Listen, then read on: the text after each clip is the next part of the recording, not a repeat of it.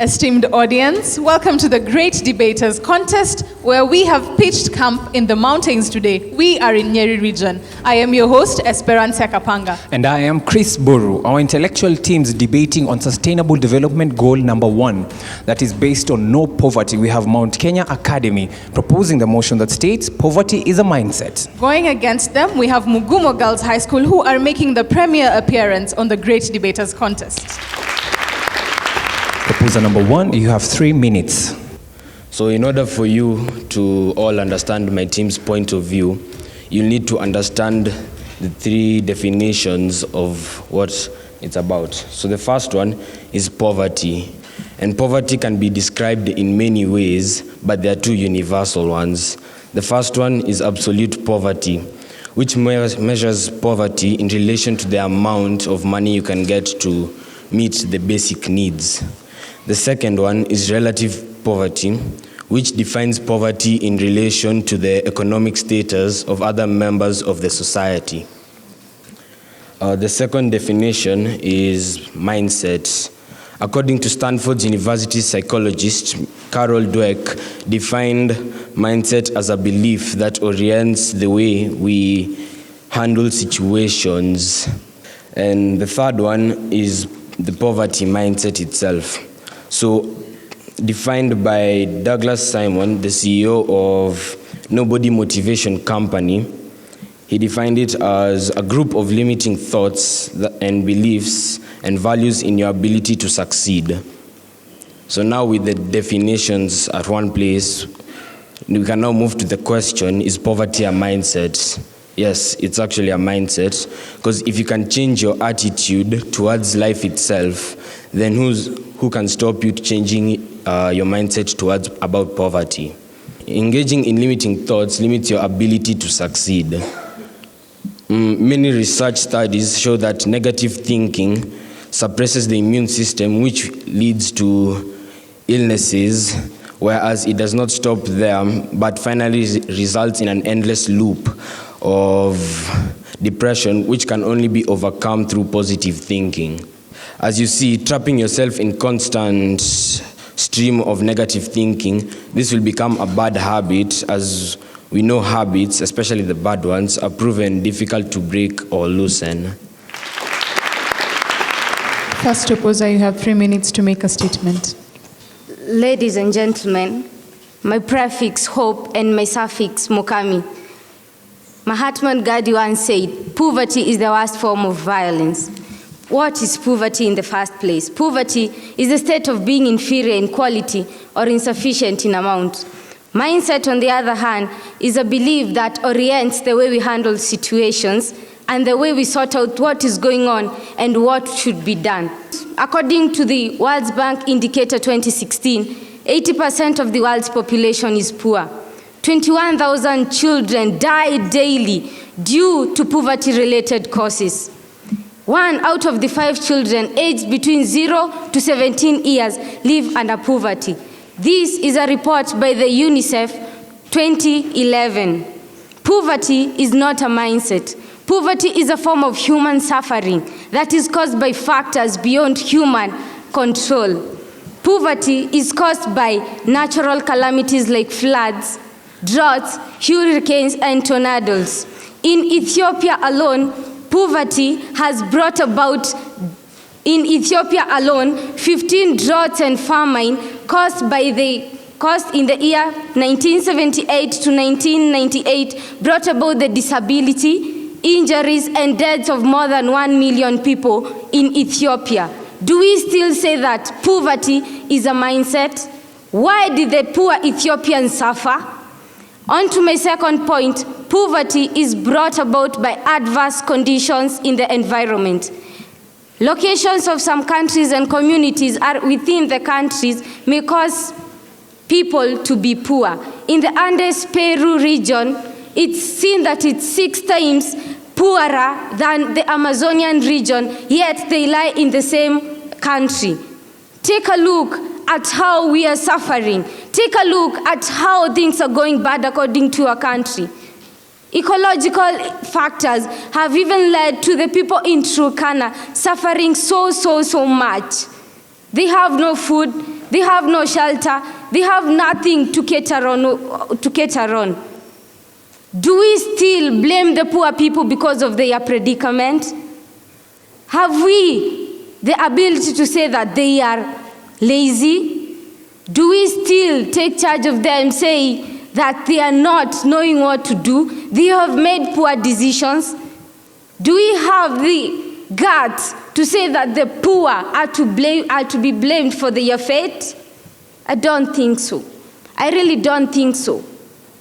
These calamities have brought an end to the joy in our faces, the great joy that we smiled of our countries. I think we should change our stand.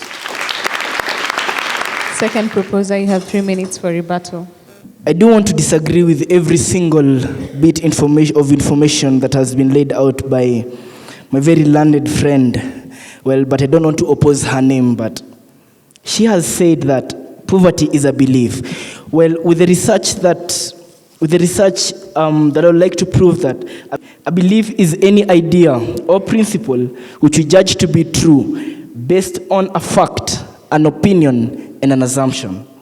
Now, what is a poverty mindset? According to the way that my opponent wants to define it, you say that poverty is being caused by it being about the advanced conditions in the environment. Well, I would like to correct you. There are so many organizations, both profitable organizations and unprofitable organizations. Let us look, for example, at a very good example, the people living at the Kibera slums. Many organizations, both the profitable organizations and the unprofitable organizations, willing to help the people. But a research that was conducted in 2011, it showed or indicated that most of the people, most of the residents are not willing to be helped. You know, you go and you help a lady, take her to university, not start her from high school, she goes to university, but still she goes back to her home. Why does she go back to her home instead of making something out of what you have helped her? That is a poverty mindset, which pushes me to ask, then what is a poverty mindset?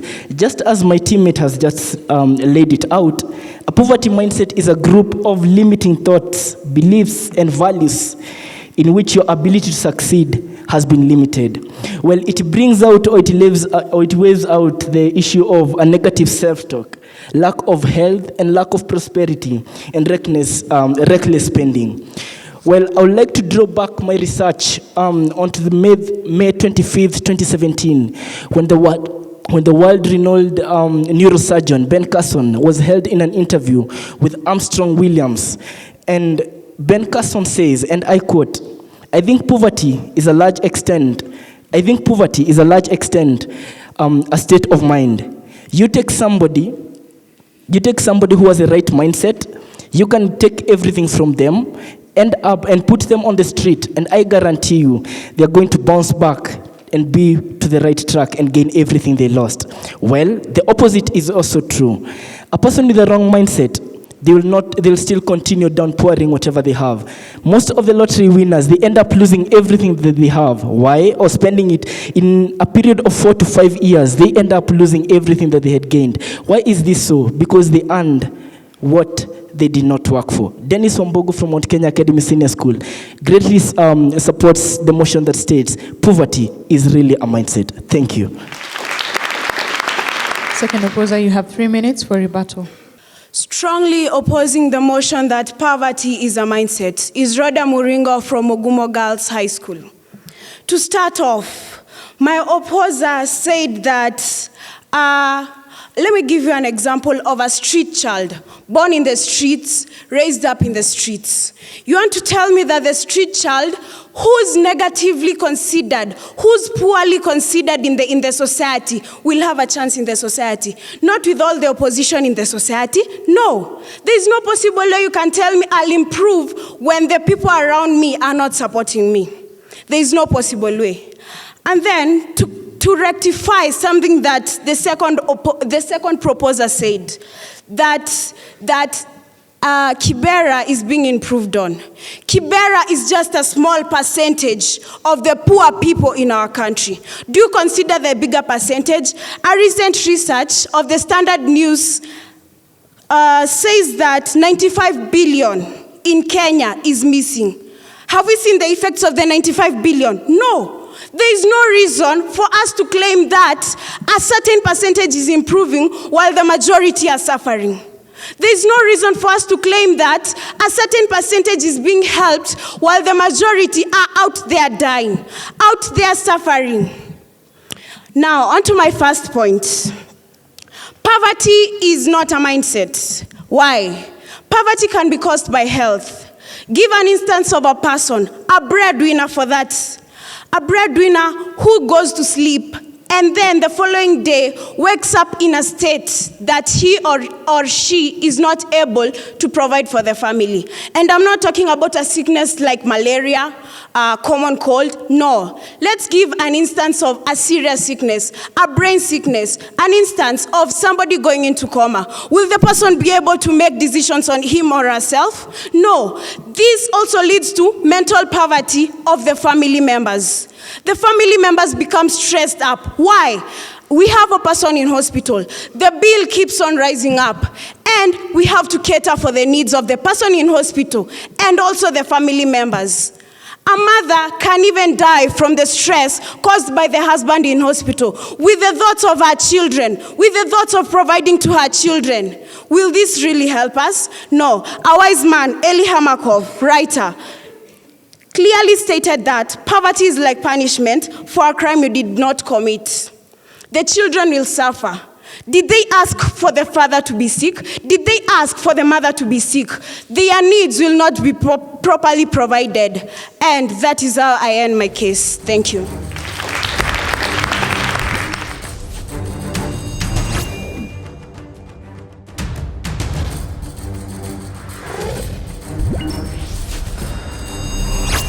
The proposers have been asked, if poverty is a mindset, then what measures can be taken to eradicate it? The opposers, on the other hand, have been asked, at some point, Kenya and South Korea were at the same level economically, but now South Korea is far much ahead of Kenya. Doesn't that imply that poverty is actually a mindset? Proposer number 3, you have 3 minutes to answer the question. My name is Chris Gashoka, and I am proposition 3 for the motion that poverty is a mindset. Now, to answer the question that was raised, what measures should we take to eradicate this mindset if it exists? Well, there are several people. For example, Oprah Winfrey. She was raised by a single mother till her father took care of her. She went through so much. She got pregnant when she was 14. The baby died. Yet she still managed to pull through. So what we suggest is that we can set up counseling and advice sessions where we can help people maintain a positive attitude so that they can succeed and be the best person that they can be. And the question that was posed for side opposition was a very good one, because when the Asian countries like North Korea and Singapore decided to change their mindset to a technological mindset so that they can prosper quickly, that's when they started pulling past Kenya in that sense. And what my fellow speakers have said is true, because when you grow up being told that you can't get out of this situation is hopeless, you may not know consciously that you are being fed a poverty mindset, but it can happen subconsciously. And as you grow up, those habits are really hard to break. And that can really affect people wanting to try things and trying to succeed. And my fellow second speaker has given a great point for the natural disasters and stuff like that. There are organizations set to help, and these people get past these limitations and to start a better and new life.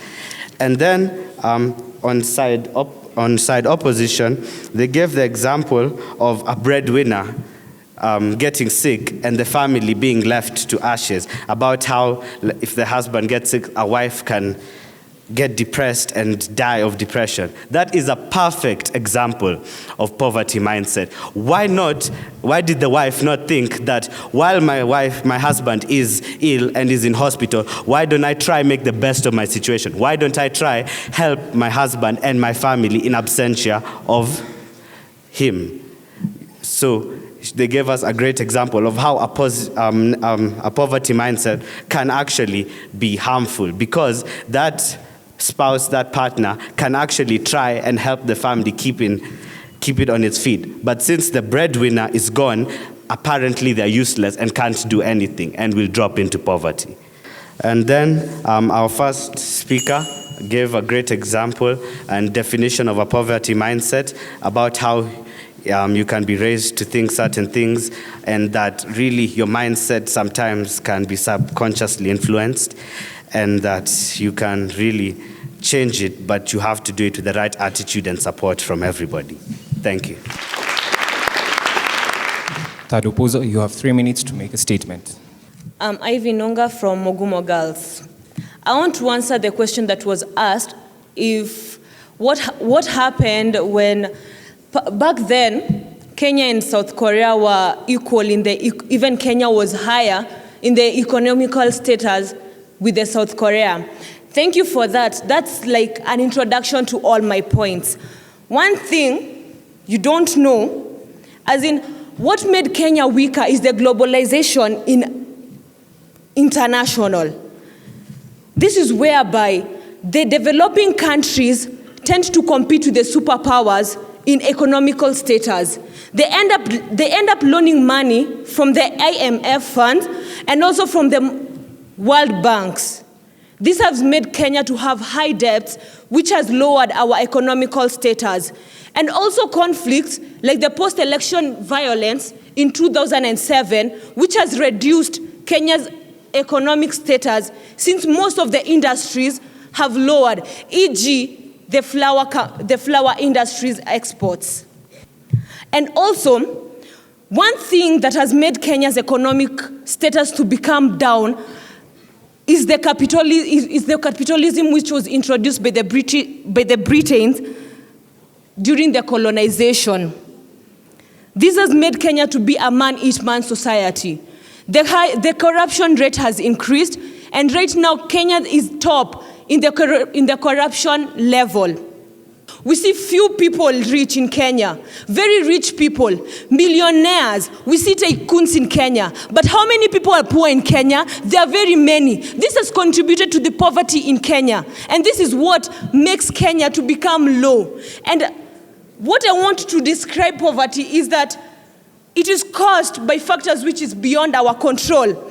Just like the way my fellow colleagues have said, the health status, coma. How can a person with coma be able to think of how he can make his life better?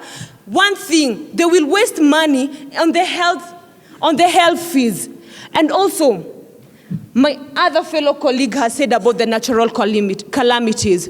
How can somebody know that, okay, I live in Turkana, there is drought, so I'm going to control it. How can you do that? You are not God. So there's no way you can control that. Poverty is brought up by circumstances, by situations which come along. E.g. the floods that happened on April, and everybody saw that. It was viral on the news. We see mudslide at Moranga, where a family died, where everybody died in a certain family. So do you mean that people being poor is their will? Do you think that they wake up saying, I want to be poor? No. These are circumstances that they find themselves in. So with that, I want to leave you with a question. If you woke up one day poor, is it your mindset? Is it your will? That's food for thought. Meditate on that.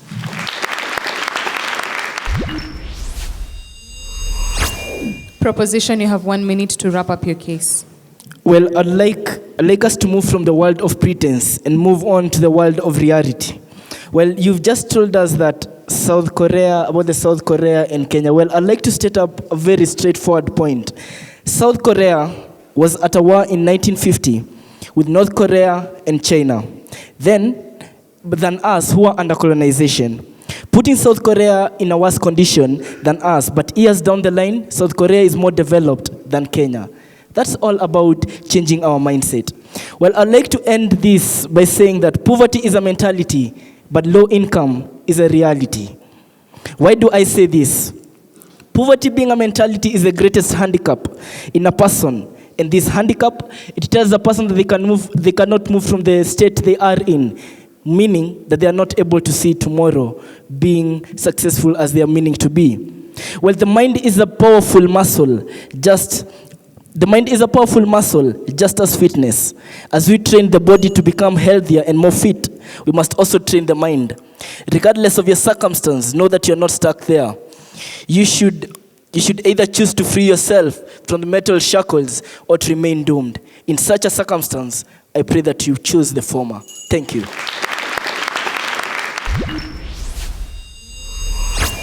Opposition, you have 1 minute for your final statement. To start off, my opposition, who are the proposers of the motion, said that poverty in the mind can also cause health problems. I think my opposers did not understand my point perfectly. I said that a person in coma, which creates poverty in the mind for the family members. Tell me, have you ever seen a woman crying because she has a husband in the hospital and she has kids to provide for? Have you ever seen a woman suffer because she has a family to cater for, but she has no one to count on? She has nothing. Why? The corruption rate in our country. The triangle that is taught in history says that the rich are up here while the poor are below here. And nothing is helping. The rich are just filling their pockets with money that helps them nowhere, while the poor suffer in the society. I'm asking you kindly, jump and join us to oppose the motion that poverty is a mindset. Thank you.